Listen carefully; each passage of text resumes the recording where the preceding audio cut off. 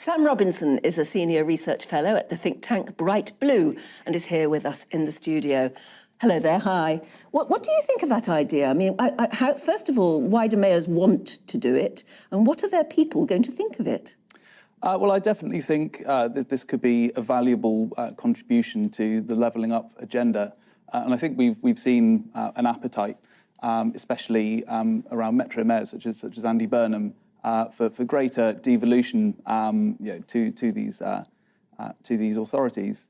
But having said that, I think it needs to be action and not just talk. We've had a few of these devolution deals and approaches to devolution to cities before.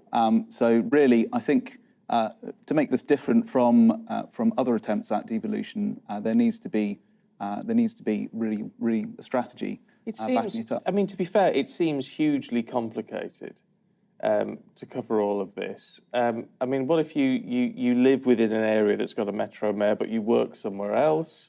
I mean, how does it, you and your partner could end up paying different rates of tax, even though you're living in the same house? I mean, it all seems very complicated. I think the broad principle of giving metro mayors more powers is an admirable one. Metro mayors are in pole position to understand the needs of their local economies, their local areas. But I would agree with you there that the way that devolution has been handled in the UK in a very ad hoc basis does make things overly complex. Yeah, has there been a lot of frustration, have we heard, from metro mayors about literally having to go with a begging bowl to Whitehall if they want some sort of fund some sort of special project? Has there been a sense of frustration from them? I think to an extent there has, but really I think as well as metro mayors can't do it all on their own in terms of levelling up the country. I think, and I think this is really the ultimate aim of giving metro mayors more powers. But really, the important thing is metro mayors can't do it all themselves, and I think national government also has a role to play in terms of thinking about fundamental reforms that can rebalance the economy. It's interesting to try and work out, because you sort of assume, in a way, that you think, well, all these mayors are going to try and pitch the lowest taxes they can at their popular, because it's going to bring more people in, bring more businesses in, and generate income that way. The reality is it often works the other way, doesn't it? And people say, we need to raise more money there, we're just going to put taxes up.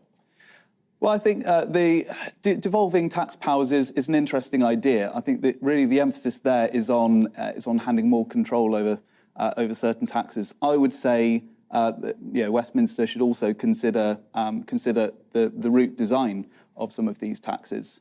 If we want to rebalance the economy and level up taxes like business rates or corporation tax, already to an extent put a brake on business investment. So it's not all just about who decides the taxes and who sets the taxes. We also need to think about how these taxes are designed. We at Bright Blue have done some work on this, making reforms to the investment allowance, for instance, making sure that we keep the super deduction, to incentivise businesses, would also turbocharge businesses in the north. Well, I was just going to ask about the north-south divide. It makes the position of mayor much more powerful and perhaps much more political. You mentioned Andy Burnham there, former Labour minister. If you're voting in a mayor who has an awful lot more financial power and clout, doesn't it sort of politicise his job even more than now?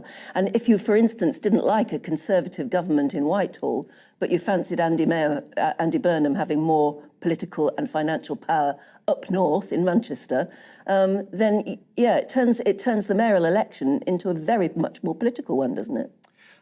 Yes, I don't think that's necessarily a bad thing. It depends really how these powers are devolved, how it's designed. But I think there are some good ideas in the report around making mayors more accountable. Obviously, the ultimate form of accountability is elections for the metro mayor positions. But anything that improves the electorate's information and the mayor's office's accountability is a good step. Sort of slightly American, isn't it? I mean, because the sort of mayor in an American city is a very, very powerful figure, politically and financially. I think, as I say, that's not necessarily a bad thing. No, it's just interesting. When we think about, we've already seen the profile really of places like Manchester, not just in the north, also cities like Bristol, greatly improved, I think, by metro mayors who've been able to raise these political issues. I think it's enriched our national political debate and given it more angles and more layers. Interesting. Sam, thank you very much indeed. Sam Robinson from Bright Blue there.